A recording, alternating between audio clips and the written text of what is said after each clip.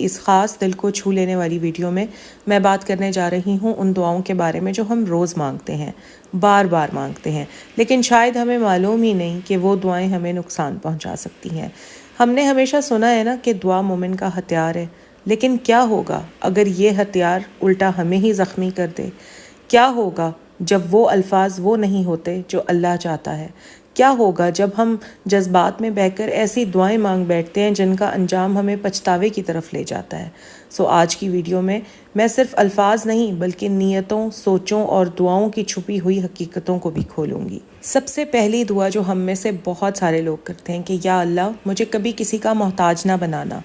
یہ دعا بہت ہی مشہور دعا ہے، ہر دوسرا شخص یہی دعا مانگ رہا ہوتا ہے، لیکن کیا آپ جانتے ہیں کہ اس دعا میں کتنا بڑا خطرہ چھپا ہوا ہے؟ اکثر جب بھی ہم پر کوئی مشکل وقت آتا ہے تو ہم دعا مانگتے ہیں نا کہ یا اللہ ہمیں کبھی کسی کا محتاج نہ بنانا، اور ہوتا کیا ہے کہ پھر اللہ تعالیٰ ہمیں اتنا خود مختار بنا دیتے ہیں کہ زندگی میں کوئی تعلق، کوئی سہارا باقی نہیں رہتا۔ جب بھی کوئی مشکل وقت ہمارے اوپر آتا ہے تو ہمیں احساس ہوتا ہے کہ ہمارے رشتہ دار دور، شوہر بے تعلق اور دوست غائب، کیونکہ اس دعا کے جواب میں اللہ تعالیٰ ہم سے ہماری ہر محتاجی چھین لیتے ہیں۔ اللہ تعالیٰ نے سورہ نساء میں کی آیت نمبر 28 میں فرمایا کہ انسان کو کمزور پیدا کیا گیا ہے، تو ہم اپنی فطرت کے خلاف کیوں دعا مانگتے ہیں؟ انسان کو اللہ تعالیٰ نے محتاج بنایا ہے، لیکن اس کی محتاجی کو ہی اللہ نے عبادت بنایا ہے۔ بہتر دعا کیا ہے؟ بہتر دعا یہ ہے کہ یا اللہ مجھے صرف اپنوں کے درمیان محتاج رکھ اور ان کے دل میں میرے لیے محبت، شفقت اور مدد پیدا فرما۔ یہ دعا انسان کو انسانوں کے درمیان جینے دیتی ہے، نہ کہ اکیلا کر دیتی ہے۔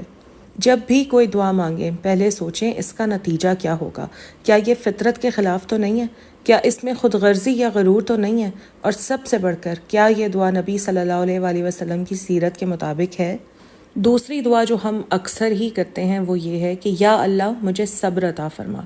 یہ سننے میں ایک بہت نیک اور روحانی سی دعا لگتی ہے، لیکن کیا آپ جانتے ہیں کہ اس دعا کے پیچھے ایک بہت بڑی آزمائش چھپی ہوئی ہو سکتی ہے؟ جب آپ دعا کرتے ہیں نا کہ یا اللہ مجھے صبر عطا فرما، تو اللہ تعالیٰ آپ کو صبر عطا کرنے کے لیے کوئی آزمائش بھیجتا ہے، کیونکہ صبر بغیر آزمائش کے نہیں آتا۔ صبر صرف تب آتا ہے جب دل ٹوٹتا ہے، خواب بکھرتے ہیں، یا کوئی قریبی انسان آپ کو دکھ پہنچاتا ہے یا آپ کو دھوکہ دیتا ہے۔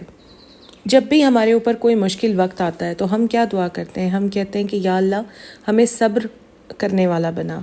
سورہ بقرہ میں اللہ تعالیٰ فرماتے ہیں بے شک اللہ صبر کرنے والوں کے ساتھ ہے۔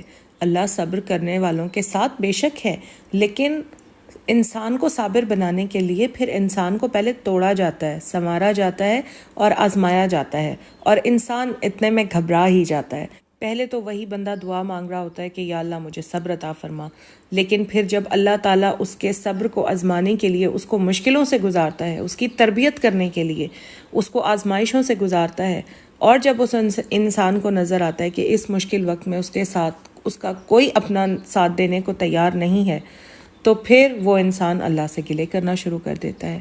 تو اسی لیے میں آپ کو یہ بتانا چاہ رہی ہوں کہ جب آپ یہ دعا کر رہے ہوتے ہیں کہ یا اللہ مجھے صبر کی توفیق عطا فرما، تو اس دعا کو تھوڑا سا چینج کر کے مانگیں اللہ تعالیٰ سے، بالکل اس طرح سے کہ یا اللہ جب بھی آزمائش آئے مجھے اس آزمائش پر صبر کرنے کی توفیق عطا فرما اور میرے دل کو پرسکون رکھ۔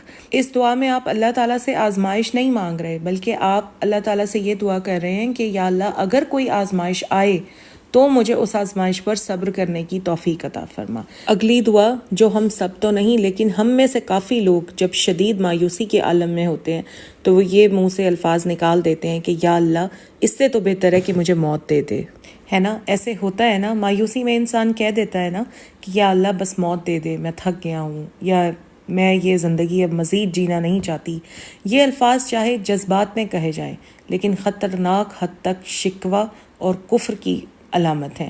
نبی کریم صلی اللہ علیہ وآلہ وسلم نے فرمایا تم میں سے کوئی شخص موت کی تمنا نہ کرے، اگر وہ نیک ہے تو نیکیوں میں اضافہ ہوگا، اور اگر گناہ گار ہے تو توبہ کا موقع ملے گا۔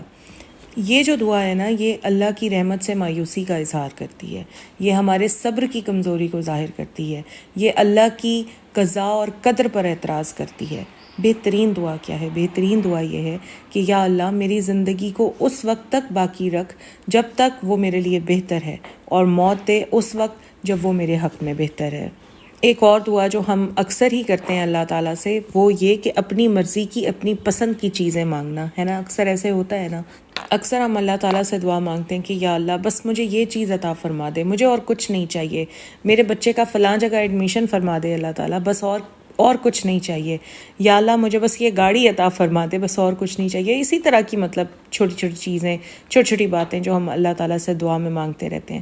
یہ الفاظ سننے میں تو خلوص والے لگتے ہیں، لیکن اس میں اللہ کی حکمت پر اعتماد کی کمی چھپی ہوئی نظر آتی ہے.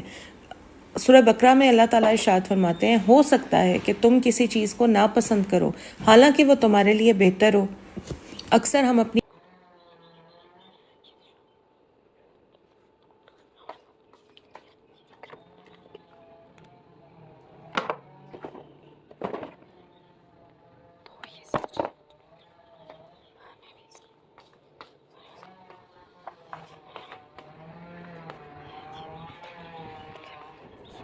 حکمت چھپی ہوئی ہے جو ہمیں پتہ نہیں ہوتی.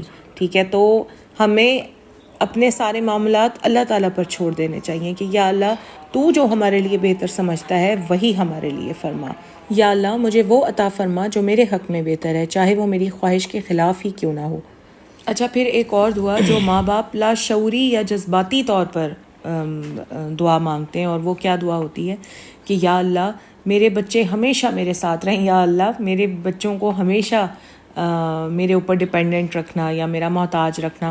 مطلب یہ ماں باپ کی لاشعوری طور پر دعا ہوتی ہے، کیونکہ ماں باپ کو خیر بچوں سے کوئی مطلب نہیں ہوتا، وہ یہ چاہتے ہیں کہ کسی نہ کسی وجہ سے ان کے بچے ہمیشہ ان کے ساتھ رہیں. لیکن کیا آپ نے کبھی سوچا ہے کہ اگر آپ کی یہ دعا پوری ہو جائے تو آپ کے بچے کبھی بھی آگے نہیں بڑھ پائیں گے، وہ خود مختار نہیں بن پائیں گے، بلکہ ایسے بچے نفسیاتی طور پر ماں باپ کی گرفت میں پھنسے رہتے ہیں.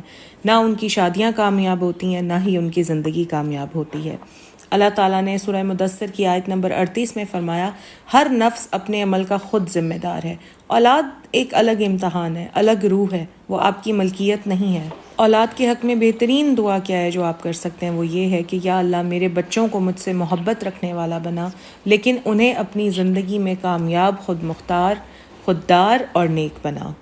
اب میں آتی ہوں اگلی دعا کی طرف، اور اگلی دعا وہ ہے جو اکثر نوجوان لڑکے لڑکیاں بار بار اپنے لیے مانگتے ہیں، اور وہ پتہ ہے کیا؟ اب میں آتی ہوں اگلی دعا کی طرف، اور اگلی دعا ہم میں سے اکثر ہی لوگ کر دیتے ہیں. پتہ نہیں اس کو دعا کہنا چاہیے یا بد دعا کہنا چاہیے، لیکن جب کوئی ہمیں ہرٹ کرتا ہے، ہمیں دکھ پہنچاتا ہے، تو ہم کہتے ہیں نا کہ ہم نے اپنا معاملہ اللہ پر چھوڑ دیا، اور ہم اللہ تعالیٰ سے کہتے ہیں کہ یا اللہ ان کو تباہ کر دے، یا اللہ ان سے بدلہ لے، یا اللہ جیسا انہوں نے ہمارے ساتھ کیا اس سے برا ان کے ساتھ فرما.